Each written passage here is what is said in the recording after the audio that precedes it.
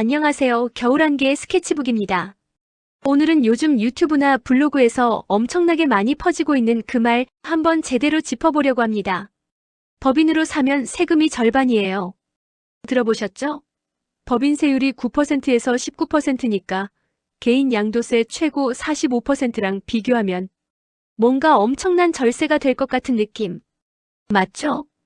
근데 잠깐만요.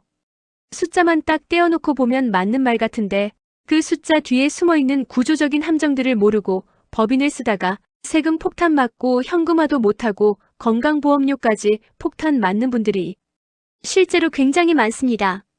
오늘은 그 법인 투자의 환상과 실체를 숫자로 정확하게 검증해 드리겠습니다. 끝까지 보시면 법인을 써야 할 사람과 쓰면 안 되는 사람이 딱 구분됩니다. 자, 시작합니다. 오늘 다룰 내용을 먼저 한눈에 보여드릴게요. 총 4단계로 구성했습니다. 첫 번째, 세율 비교의 진실입니다. 개인은 6%에서 45%, 법인은 9%에서 19%. 이 숫자 너머에 뭐가 숨어 있는지 파헤칩니다. 두 번째, 법인의 치명적 함정, 이중과세입니다. 많은 분들이 이걸 모르세요. 법인이 번 돈은 내 돈이 아닙니다. 그 돈을 내 통장으로 가져오는 순간 또 세금이 붙습니다. 세 번째, 그럼에도 불구하고 고수들이 법인을 쓰는 진짜 이유입니다. 세금 때문이 아니에요. 비용 처리, 단타 매매, 그리고 대출 유연성. 이 세 가지가 핵심입니다.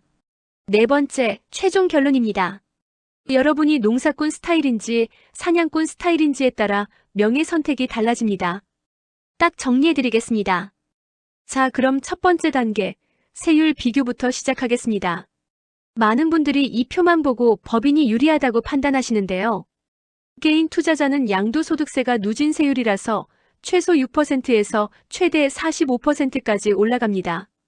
거기다 비사업용 토지, 즉 나대지나 임야 같은 땅은 여기에 10% 피가 추가로 붙어요.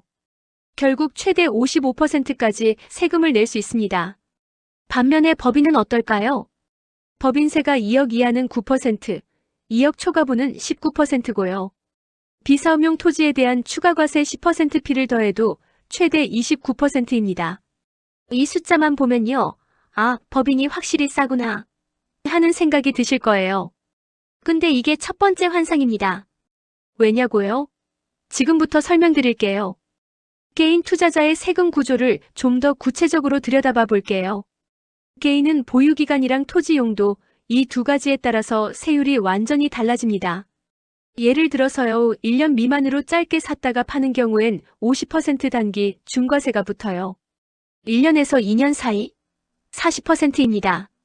2년 이상 보유하면 그제야 기본 세율 6%에서 45% 구간이 적용되는 거죠. 여기에 비사업용 토지이면 10%포인트 추가입니다. 그러니까 잠깐 갖고 있다가 팔려고 했는데 땅이 비사업용이기까지 하면 세금이 수익의 50%를 훌쩍 넘어버릴 수 있어요. 투자해서 이익을 냈는데 수익 절반이 세금으로 나간다. 이게 개인 투자자가 단기 매매할 때 직면하는 현실입니다. 그럼 법인은 어떨까요? 법인의 가장 강력한 장점 중 하나가 바로 이겁니다. 보유기간에 상관없이 세율이 동일합니다. 오늘 사서 내일 팔아도 10년 갖고 있다가 팔아도 법인세는 똑같이 9% 또는 19%가 적용돼요. 단타 전략에서는 이게 구조적으로 엄청난 차이를 만들어냅니다. 개인이 1년 안에 팔면 50% 세금을 내는 동안 법인은 단 19%만 내면 되는 거잖아요. 그러니까 단기 매매가 주력인 분들한테는 법인이 세금 면에서 확실히 유리한 건 맞아요. 단 여기서 끝나면 좋겠는데 끝이 아닙니다. 다음 슬라이드에서 그 함정을 말씀드릴게요. 자, 이게 오늘 핵심 중의 핵심입니다. 법인이 번 돈은 내 돈이 아닙니다. 이 말이 무슨 뜻인지 아세요? 법인이 땅을 팔아서 1억을 벌었다고 칩시다. 법인세 19% 내면 약 8,100만 원이 법인 통장에 남아요. 근데 이 돈 제 통장으로 가져오려면 어떻게 해야 할까요? 배당을 받아야 합니다. 그러면 배당 소득세 15.4%가 또 붙어요.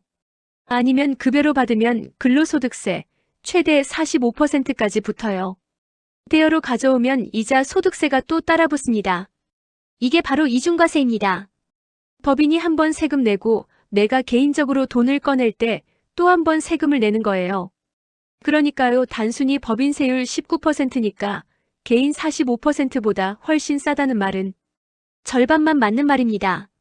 법인에서 내가 실제로 돈을 쓸 수 있을 때까지의 총 세금을 따져봐야 진짜 비교가 되는 거죠. 법인은 절세 도구가 아니라 과세 시점을 분산하고 비용 구조를 최적화하는 도구입니다. 이 개념을 먼저 잡으셔야 해요. 그럼 법인의 진짜 장점은 뭐냐고요? 첫 번째, 비용 처리의 마법입니다. 개인 투자자는 사실상 비용 처리할 수 있는 게 거의 없어요. 땅 살 때 들어간 취득세, 중개 수수료 정도. 그런데 법인은 다릅니다. 대출 이자 비용, 법인 경비 처리됩니다. 직원 식대 회의비, 됩니다. 업무용 차량 유지비, 됩니다. 심지어 대표이사인 내 월급, 즉 대표 급여도 법인 비용으로 처리됩니다. 이게 왜 중요하냐면요. 비용이 늘어나면 이익이 줄어들고 이익이 줄면 법인세가 줄어들기 때문입니다.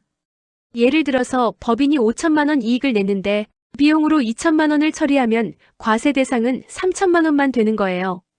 이 비용 처리 능력이 세율 숫자보다 훨씬 강력한 실제 절세 수단입니다. 두 번째 진짜 장점은 아까도 잠깐 말씀드렸는데 바로 단타 매매입니다.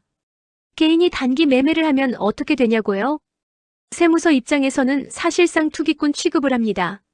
1년 미만 보유하다 팔면 50% 중과세, 이게 개인에게 가해지는 페널티예요. 근데 법인은요? 오늘 사고 내일 팔아도 법인세 19%입니다. 법인 입장에서 토지 매매는 그냥 사업 활동이니까요. 단기 보유에 대한 중과세 개념 자체가 법인에는 없습니다. 그러니까 단기 시세 차익을 목적으로 하는 투자자라면 법인 명의가 세금 면에서 압도적으로 유리합니다. 개인으로 1억 수익에서 5천만 원 세금 내는 동안 법인은 1,900만 원만 내면 되는 거잖아요. 차이가 어마어마하죠? 세 번째 장점, 이건 많은 분들이 의외로 모르시는 건데요. 바로 대출 유연성입니다. 요즘 개인 투자자는 DSR, 즉 총부채 원리금 상환 비율 규제 때문에 대출이 굉장히 제한적이에요. 내 소득이 얼마냐에 따라 대출 한도가 딱 정해지는 구조라서 소득이 낮으면 아무리 좋은 땅이 있어도 자금 조달 자체가 막혀버립니다. 그런데 법인은 달라요. 법인 대출은 개인의 소득이 아니라 법인의 사업성, 자산 규모, 매출 구조를 보고 심사합니다. 그래서 개인보다 훨씬 더 유연하게 대출을 받을 수 있어요. 여러 건을 동시에 진행하거나 빠른 자금 회전이 필요한 투자자라면 이 대출 유연성 하나만으로도 법인의 가치가 엄청납니다. 자금 융통의 문이 넓다는 것, 이게 고수들이 법인을 고집하는 이유 중 하나입니다. 자, 이제 핵심 질문입니다. 나는 법인을 써야 할까요? 개인이 더 유리할까요? 이걸 판단하는 가장 쉬운 기준이 하나 있습니다. 나는 농사꾼인가 아니면 사냥꾼인가? 개인 명의가 유리한 경우, 즉 농사꾼 스타일은요. 2년 이상 장기 보유하시는 분들, 8년 이상 농지를 직접 경작해서 양도세 감면 혜택을 받으려는 분들이에요. 개인은 8년 자경 감면이라는 강력한 혜택이 있거든요. 이건 법인이 절대 못 받습니다. 반면 법인 명의가 유리한 경우, 즉 사냥꾼 스타일은요. 1에서 2년 안에 사고 파는 단타 전략을 주로 쓰시는 분들, 대출을 적극적으로 활용해서 이자 비용을 경비로 처리하고 싶은 분들, 그리고 여러 건을 동시에 굴리면서 자금 회전율을 높이려는 분들입니다. 여러분은 지금 어디에 해당하세요? 이 기준 하나만 잡아도 명예 선택 고민의 80%는 해결됩니다. 자, 오늘의 결론을 딱 정리해 드리겠습니다. 법인이 무조건 절세 수단이다. 이건 환상입니다. 법인 세율이 낮아 보여도 이중과세 구조 때문에 실제 내 손에 들어오는 돈 기준으로 따지면 개인과 큰 차이가 없을 수 있어요. 그렇다면 법인은 쓸모없나? 그것도 아닙니다. 법인의 진짜 힘은 세 가지입니다. 하나, 비용 처리이자, 급여, 차량 유지비까지 경비 처리해서 과세 소득 자체를 줄이는 것. 둘, 단타 최강자 보유기간과 무관하게 낮은 세율 적용되는 구조. 셋, 대출 유연성 DSR에 묶이지 않고 사업성으로 자금 조달 가능. 그리고 명예 선택의 기준은 딱 하나입니다. 내가 농사꾼인지 사냥꾼인지. 장기 보유, 자경 감면이 목적이면 개인 명예. 단기 매매, 비용 처리, 대출 레버리지가 목적이면 법인 명예. 이걸 먼저 규정하시고 나서 명의를 선택하세요. 순서가 바뀌면 안 됩니다. 다음 편에서는 토지 투자자라면 반드시 알아야 할 농취증, 즉 농지 취득 자격 증명에 대해 다룹니다. 농지를 사고 싶은데 농취증을 어떻게 받는지, 안 받으면 어떻게 되는지, 그리고 법인으로 농지를 살 수 있는지까지 전부 다 짚어드릴게요.